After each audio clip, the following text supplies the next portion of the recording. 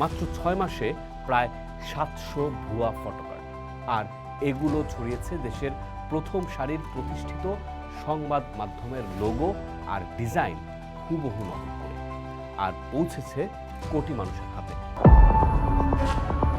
আপনি প্রতিদিন সকালে ফেসবুক স্ক্রল করছেন, হঠাৎ চোখে পড়ল পরিচিত একটা সংবাদ মাধ্যমের লোগো।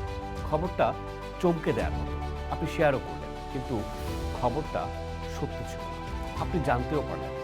এটা এখন সামাজিক যোগাযোগে থাকা প্রায় প্রত্যেকের জীবনের ঘটে যাওয়া অংশ। ঠিক এই বিষয়ে তথ্য যাচাইকারী সংস্থা ডিসমিস ল্যাব সম্প্রতি একটি গবেষণা প্রকাশ করেছে, যা রীতিমতো কপালে ভাঁজ পড়ার মতো। 2025 সালের সেপ্টেম্বর থেকে 2026 সালের ফেব্রুয়ারি পর্যন্ত মাত্র 6 মাসে বাংলাদেশের 9টি ফ্যাক্ট চেকিং প্রতিষ্ঠান 538টি রাজনৈতিক ফ্যাক্ট চেক প্রতিবেদন প্রকাশ করেছে। সেখানে শনাক্ত হয়েছে 690টি আলাদা ভুয়া ফটোকার্ড। এই পুরো সময়কালে রাজনৈতিক অপতথ্যের প্রায় অর্ধেকই ছড়িয়েছে এই ভুয়া ফটোকার্ডের মাধ্যমে। সংখ্যাটা একবার ভাবুন, মাত্র 6 মাসে প্রায় 700 ভুয়া ফটোকার্ড, আর এগুলো ছড়িয়েছে দেশের প্রথম সারির প্রতিষ্ঠিত সংবাদ মাধ্যমের লোগো আর ডিজাইন হুবহু নকল করে, আর পৌঁছেছে কোটি মানুষের হাতে। ডিসমিস ল্যাবের বিশ্লেষণ বলছে 2025 সালের সেপ্টেম্বর থেকে ভুয়া ফটোকার্ডের ব্যবহার বাড়তে শুরু করে, কিন্তু ডিসেম্বরের পর থেকে তার রীতিমতো বিস্ফোরণের রূপ নেয়। আর ত্রয়োদশ জাতীয় সংসদ নির্বাচনের প্রচারণা যখন তুঙ্গে, তখন ভুয়া ফটোকার্ডের সংখ্যাও ছিল সর্বোচ্চ। এই পরিসংখ্যান একটাই কথা বলছে, ভুয়া ফটোকার্ড স্রেফ তথ্যের আদান প্রদান নয়, এটা রাজনৈতিক অস্ত্র হয়ে দাঁড়িয়েছে, পরিকল্পিত, সুশৃঙ্খল এবং লক্ষ্যভিত্তিক। গবেষণায় দেখা গেছে বড় কোনো রাজনৈতিক ঘটনা ঘটার প্রায় সঙ্গে সঙ্গেই ভুয়া ফটোকার্ডের সংখ্যা পাল্লা দিয়ে বেড়েছে। ডিসেম্বরে ইনকিলাব মঞ্চের মুখপাত্র শরীফ ওসমান হাদির মৃত্যুর পর, তারেক রহমানের স্বদেশ প্রত্যাবর্তনের দিন, কিংবা নির্বাচনের আগের দিন 11 ফেব্রুয়ারি, প্রতিটি ঘটনার পরে ভুয়া ফটোকার্ডের ঢল নেমেছিল। ডিসমিস ল্যাবের বিশ্লেষণ বলছে ভুয়া ফটোকার্ড মূলত দুই ধরনের। 51.7% তৈরি হয়েছে সংবাদের আদলে, মিথ্যা গ্রেফতার, অভিযান, বানোয়াট জরিপের ফলাফল নিয়ে। বাকি 48.3% হলো বানোয়াট উদ্ধৃতি, নেতাদের মুখে কখনো যায়নি এমন কথা তাদের নামে চালিয়ে দেওয়া। প্রায় 62% ফটোকার্ড তৈরি হয়েছে রাজনৈতিক প্রতিপক্ষকে আক্রমণ করতে, 16% ব্যক্তিগত চরিত্র হনন করতে, আর 12.5% নিজের দলের জনপ্রিয়তা খুঁড়িয়ে ফাঁপিয়ে দেখাতে। বড় রাজনৈতিক দলের প্রধানরা এর অন্যতম লক্ষ্যবস্তু হলেও সবচেয়ে উদ্বেগজনক যে তথ্য, তা হলো নারী রাজনীতিবিদ ও জনসেবায় নিয়োজিত নারীদের বিরুদ্ধে ছড়ানো যৌন হয়রানিমূলক অপতথ্য।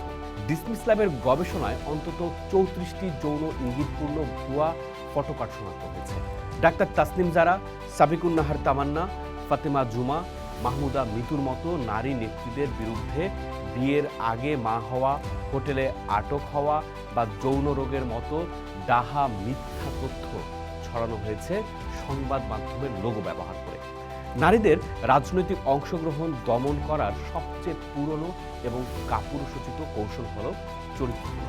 ভুয়া ফটোকার্ড সেই কাজটাই করেছে ডিজিটাল গতিতে এবং বিশাল পরিসরে। ডিসমিস ল্যাবের বিশ্লেষণ বলছে কোনো একটি দল এককভাবে এই অপতথ্য ছড়াচ্ছে না, অর্থাৎ ভুয়া ফটোকার্ড কোনো বিশেষ দলের হাতিয়ার নয়। এটা বাংলাদেশের রাজনৈতিক সংস্কৃতির একটি সর্বজনীন রোগ হয়ে উঠেছে। সবাই করছে, সবাই জানছে, কেউ থামছে না। আর এতে সবচেয়ে বেশি ক্ষতিগ্রস্ত হচ্ছে গণমাধ্যম। ইউল্যাবের অধ্যাপক ডক্টর সুমন রহমান বলেছেন, সরাসরি কোনো অখ্যাত সূত্রের মিথ্যা তথ্য মানুষ পাত্তা দেয়, কিন্তু সেই একই মিথ্যা যখন পরিচিত সংবাদ মাধ্যমের লোগোতে আসে, তখন সেটা ভাইরাল হয়। এটা সস্তায় অপতথ্য ছড়ানোর সবচেয়ে কার্যকর পদ্ধতি, কারণ মানুষ পরিচিত লোগো দেখে বিশ্বাস করে, পরে যখন মিথ্যা প্রমাণিত হয় তখন দায়টা পত্রিকার উপর পড়ে। এটাই সবচেয়ে বড় বিপদ। ভুয়া ফটোকার্ড শুধু মিথ্যা তথ্য ছড়াচ্ছে না, এটি প্রতিষ্ঠানের বছরের পর বছর ধরে অর্জিত বিশ্বাসযোগ্যতা চুরি করছে। আর এর ফলে মানুষ গণমাধ্যমের ওপর আস্থা হারাচ্ছে, কারণ যখন একজন পাঠক বারবার দেখেন পরিচিত সংবাদ মাধ্যমের নামে মিথ্যা তথ্য ছড়ানো হচ্ছে, তখন তিনি সত্যিকারের সংবাদের ওপরও আস্থা রাখতে পারেন। এভাবে তৈরি হয় এক ধরনের তথ্য শূন্যতা, যেখানে মানুষ কাউকেই বিশ্বাস করে না, আর সেই শূন্যতার সবচেয়ে সুবিধা পায় অপতথ্য উৎপাদনকারী। একটি সুস্থ গণতন্ত্রের জন্য স্বাধীন ও বিশ্বাসযোগ্য সংবাদ মাধ্যম অপরিহার্য। ইতিমধ্যে আমরা জানি নিউ মিডিয়াতে ফটোকার্ড বা স্ট্যাটিক একটা গ্রহণযোগ্য মাধ্যম হয়ে উঠেছে খবর বা তথ্যের জন্য। যেহেতু এটা গ্রহণযোগ্য শক্তিশালী মাধ্যম হয়ে উঠেছে, তাই এটাকে ব্যবহার করে ভুয়া তথ্য ও অপতথ্য ছড়ানোর একটা ভয়ানক অস্ত্র এই ভুয়া ফটোকার্ড। এটা কেবল সাংবাদিকতার সংকট নয়, এটা গণতন্ত্রের সংকট। পোস্ট দেখুন, ভাবুন, করুন, থাকুন।